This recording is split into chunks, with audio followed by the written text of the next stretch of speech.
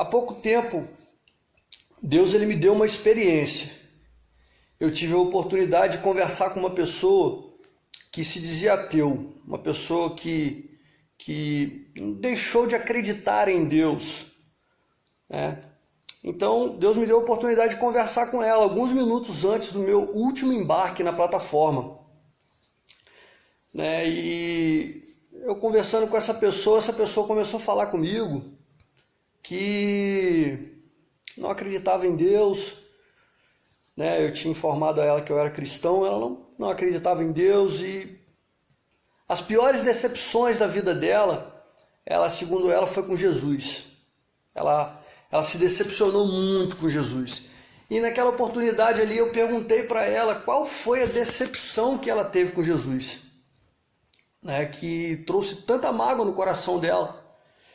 E ele começou a falar comigo: cara, quando eu conheci Jesus, eu me decepcionei porque eu acreditava que eu viveria uma vida diferente, eu conheceria pessoas diferentes.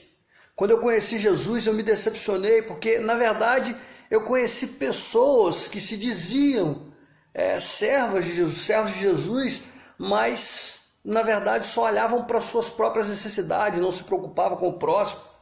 Quando eu conheci Jesus, eu conheci pessoas que se diziam não mentir, mas de fato eram mentirosas. Eu conheci pessoas que eram mesquinhas, pessoas que eram falsas, pessoas que estavam lá dentro da igreja, mas que na verdade não se importava com o próximo, não amava, não tinha carinho, nem mesmo com os seus. Então eu me decepcionei muito e eu decidi não acreditar mais nessa história de Jesus. Eu falei: sério, cara, você teve essas decepções? E aí, quando eu estava ouvindo isso dele, o Espírito Santo ele veio ao meu coração e me falou uma coisa que eu nunca mais vou esquecer. E isso marcou a minha vida, a minha experiência como uma pessoa que se diz não acreditar em Deus. Porque o Espírito Santo falou comigo dessa forma, tá vendo, filho? É como se eu tivesse, o próprio Jesus falando no meu coração, é como se eu tivesse que pagar novamente pelos erros do ser humano. É como se o sacrifício da cruz do Calvário, ele não fosse valer de nada, ele não valesse nada. E eu comecei a falar para ele assim: olha só, na verdade, não foi Jesus quem decepcionou você. Foram as pessoas que se diziam ser servas de Jesus. Na verdade, não foi o Senhor quem te magoou. Mas mesmo assim, você decidiu virar as costas para ele. Porque na sua opinião, quando você o conheceu, você conheceu pessoas que de fato, né, não davam testemunho verdadeiro de uma pessoa cristã. E aí você decidiu abandonar o Senhor. Ou seja, você colocou mais uma vez a culpa em Jesus. Verdadeiramente, ele tomou sobre si as nossas enfermidades. Está escrito em Isaías 53. E nós o reputávamos por aflito e ferido de Deus e oprimido. Mas ele foi ferido pelas nossas transgressões e moído pelas nossas iniquidades. O castigo que nos traz a paz estava sobre ele, e pelas suas pisaduras nós somos sarados. Quando o Espírito Santo ele falou ao meu coração sobre essa situação com essa pessoa, eu falei com ela, Jesus não decepcionou você, quem decepcionou você foram as pessoas. E deixa eu te contar uma coisa, as pessoas vão nos decepcionar. Os amigos muitas das vezes vão nos decepcionar. As pessoas que convivem conosco nem sempre vão fazer aquilo que a gente esperava que ela fizesse. E de repente, por causa disso, é justo que eu saia da presença de Deus? Bom, eu acredito que não. E quando eu estava falando isso para ele, ele deixou o trabalho de lado, faltava mais ou menos uns 20 minutos para poder o helicóptero chegar, foi o meu último embarque. E ele falou comigo: cara, essa palavra que você me disse, pela primeira vez, mexeu com a minha alma. Ele começou a pensar e o Senhor continuou falando no meu coração e ele me disse uma coisa. Ele falou: filho, fala com ele o seguinte, você tem pouco tempo. já está quase na hora do helicóptero chegar e você precisa ir embora. E talvez você nunca mais vai ver essa pessoa. E essa pessoa de alguma forma não crê em mim, tem suas próprias convicções. Então você vai contar uma historinha para ele. E Deus me deu uma historinha que eu também nunca mais esqueci. E eu disse para ele assim: meu camarada, eu tenho um gato na minha casa, um gatinho. A gente se acostumou tanto com ele, a gente pegou um amor tão grande por ele, porque toda vez que a gente chega em casa, eu e minha esposa, ele está na porta nos aguardando, esperando a gente chegar. E quando a gente chega, ele sobe correndo pela escada com a gente, e miando e brincando com a gente. Se a gente deitar num lugar, ele deita também. Se a gente for tomar banho, ele fica na porta do banheiro, esperando a gente sair, ou seja, tem um carinho com a gente. Devido a esse carinho que ele tem com a gente acabou tendo esse carinho com ele. A gente acabou amando ele. O problema é que o gatinho, ele não entende que sou eu que sou o dono dele. Na visão de um felino, na verdade, ele é o meu dono, é ele que me aceita no espaço, é ele que me aceita porque eu o trato bem, e ele decidiu dividir a casa comigo. Mas você sabe qual é um problema nisso tudo?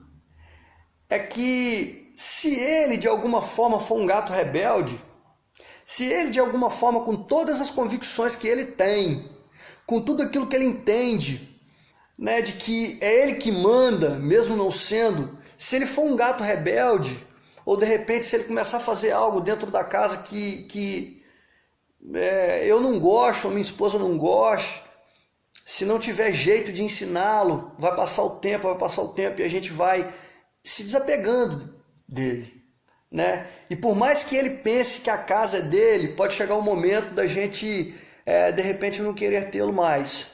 E mesmo ele com a convicção de que era ele que mandava e que ele que era dono, ele pode não fazer parte da minha casa mais. Então o que eu quero te dizer com isso?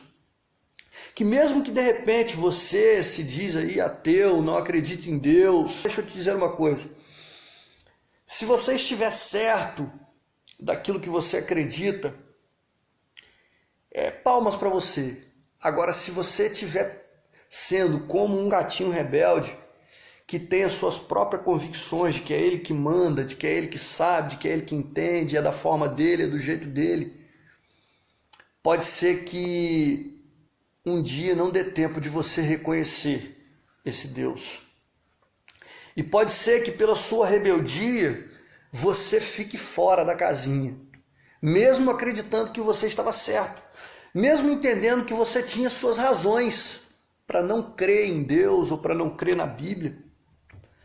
Mas na verdade, assim como eu sou o dono dele e ele vai ficar comigo, o gatinho vai ficar comigo até quando eu quiser, assim de fato é Deus. Nós temos um tempo para buscá-lo. E eu crendo ou não, eu aceitando ou não, Deus existe. E vai chegar um dia que, infelizmente, eu não vou conseguir achá-lo. Como diz a palavra em Isaías 55. Diz assim, buscai ao Senhor enquanto se pode achar, e invocai-o enquanto está perto.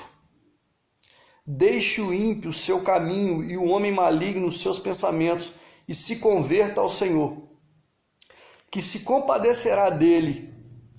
Torne para o nosso Deus, porque é grandioso em perdoar. Então, é o que devemos fazer. Nós não devemos ser como um gatinho rebelde, que acha que tem direito, que manda, que tem as suas próprias convicções, de que ele que é o dono. Às vezes nós pensamos assim, sou eu que mando, eu não acredito nisso, como este homem que eu conheci pensava. Às vezes nós pensamos assim, mas se nós estivermos errados ao pensar assim, nós corremos um grande risco. Enquanto é tempo, vale a pena se voltar para Deus, buscar a palavra de Deus, buscar entender de fato quem é Deus e o que Deus quer conosco. E não culpar a Deus pelas decepções que os homens nos causam. E não culpar a Deus, de repente, pelos nossos próprios fracassos de não aceitarmos viver uma vida diante dele. E não culpar a Deus por nós não conseguirmos estar na presença dele constantemente. É mais fácil, é mais bonito chegar perto dele: Senhor, me perdoa, me ajuda a te entender, me ajuda a entender a sua palavra. Então nós devemos pensar direitinho, antes que seja tarde demais. Quando eu terminei de falar essas palavras com ele, eu me lembro como se fosse hoje, os olhos dele começou a brilhar, e aí inicialmente parecia que ele ia chorar, e ele falou: cara, foi um prazer te conhecer, talvez a gente nunca mais venha se ver, mas eu vou guardar essas palavras no meu coração, porque eu não quero ser como um gatinho rebelde, porque pode ser que fique fora da casinha dele, e eu não quero ficar fora da casinha de Deus. Eu estou usando essa situação que eu vivi para que você venha refletir na sua vida em relação a Deus, em relação à sua vida, em relação às suas escolhas, em relação ao que você pensa sobre Deus, em relação ao que você entende sobre Deus e, de fato, o que você faz para estar com Deus ou não. Vale a pena pensar nisso. Que Deus possa abençoar a sua vida, dê discernimento para compreender esta palavra. Não é justo culpar ele por aquilo que ele não tem culpa. Ele já pagou um preço, mesmo não sendo culpado. Porque eu e você éramos culpados. Mas mesmo assim, pelas suas pisaduras, nós fomos sarados. E hoje estamos aqui, pela misericórdia de Deus, para poder contar de alguma forma a vitória que através do seu sangue ele nos trouxe. Amém? Que Deus te abençoe, em nome de Jesus.